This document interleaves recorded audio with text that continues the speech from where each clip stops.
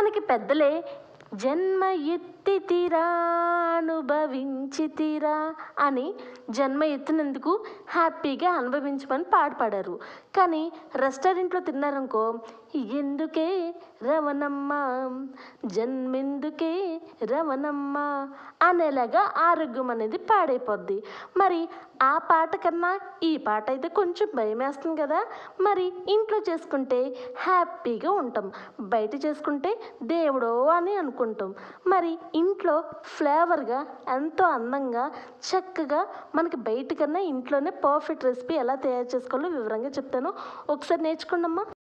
అసలు లెగ్ పీస్తో పకోడీ ఏ విధంగా చేయాలో నీకు వివరంగా చెప్తాను, ఒకసారి నోట్ చేసుకోండి. ఇలాగా 1 టేబుల్ స్పూన్ పసుపు, 1 table spoon salt, 1.5 table spoon కారం, 1 table spoon garam masala powder. నేను ఆల్రెడీ వీడియో చేశాను, మా లాంగ్ వీడియో ఒకసారి చూడండి. 2 టేబుల్ స్పూన్ అల్లం వెల్లుల్లి పేస్ట్. ఇప్పుడు 2 టేబుల్ స్పూన్ కార్న్ ఫ్లోర్ మొక్కజొన్న పిండమ్మ. ఇలా 2 టేబుల్ స్పూన్ తీసుకోండి. తర్వాత రెడ్ ఫుడ్ కలర్ అమ్మ, మీకు కలర్గా కావాలంటే కొంచెం కలర్ వేసుకుని ఒక పించే.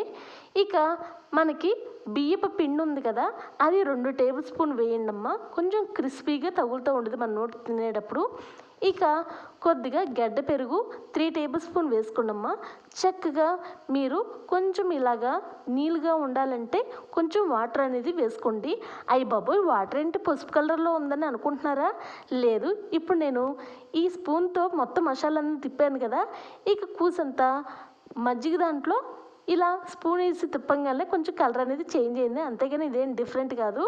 ఇక మనకి ఈ విధంగా పేస్ట్ అనేది రావాలి. ఇటు టైటు కాదు, ఇటు లూజు కాదు, నార్మల్గా మనకి మొక్క ఇలా వేయంగానే చక్కగా మొత్తం పట్టేలాగా. ఇప్పుడు ఈ పేస్ట్ మొత్తం ఆ లెగ్ పీసులకి అప్లై చేయండి అమ్మా.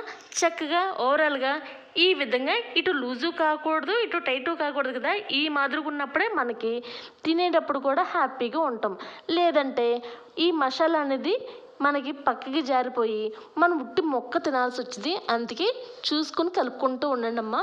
చక్కగా ఇలాగా డీప్ ఫ్రైకి సరిపడినంత ఆయిల్ వేసుకుని 1 నిమిషాలు హై ఫ్లేమ్లో పెట్టండి అమ్మ. ఈ ఆయిల్ మొత్తం ఇలా ఆయిల్ కొంచెం వేడైన తర్వాత మీరు ఈ ముక్కలు వేసేటప్పుడు మీడియంలోకి వెళ్ళిపోవాలి మంట. ఇటు లో వద్దు, ఇటు హై వద్దు, మీడియంలోకి మంట అనేది సెట్ చేసుకోండి అమ్మా.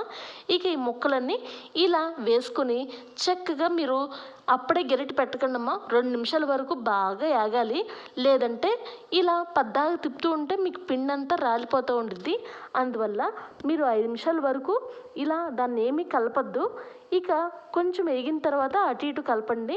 ఇప్పుడు ఎన్ని ముక్కలు అయితే వేసుకున్నారో అవన్నీ వేసుకొని చక్కగా ఒక 10 నిమిషాల వరకు ఇలాగే వేయించుకుంటూ ఉండాలి. మనకి అప్పుడే పర్ఫెక్ట్గా ఉండిద్ది.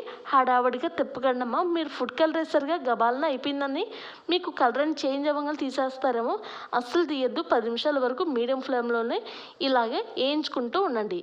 ఈ మాదిరిగా పర్ఫెక్ట్ అయిన తర్వాత మనకి చూస్తుంటేనే మీకు పర్ఫెక్ట్గా కుక్ అయిందనిలాగా ఉందా. ఇక ఈ మాదిరిగా ఉన్నప్పుడు మీరు చక్కగా స్టవ్ ఆఫ్ చేసుకుని ఈ పీసెస్ అన్నీ వేరే బౌల్లో వేసేసుకోండి. అర్థమైందా మీకు? ఈజీగా అర్థమైందమ్మా, చేసుకుంటారు కదా.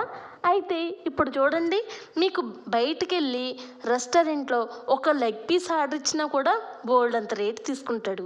అట్టకన్నా బాయిలర్ కోడిలో మనకి లెగ్ పీసులు పర్ఫెక్ట్గా ఉంటాయి కాబట్టి తెచ్చుకొని ఇలాగా మీకు ఎన్ని కావాలంటే అన్ని తినచ్చు, సరేనా? ఇలా నేను ఛానల్లో చెప్పడానికి నేను రెడీగా ఉన్నాను. ఇంట్లో ఈజీగా ప్రాసెస్గా చేసుకోవడానికి మీరు ఉన్నారు కదా. మరి ఇంకెందుకు బయటికి వెళ్ళి మన హెల్త్ పాడు చేసుకునే కన్నా ఇలాంటి నా వీడియోస్ అనే కాదు, ఇంకా చాలామంది మంచిగా వీడియోలు చేస్తున్నారుగా, వాళ్ళు అయినా చేసి మంచిగా కడుపారే తినండి అమ్మా.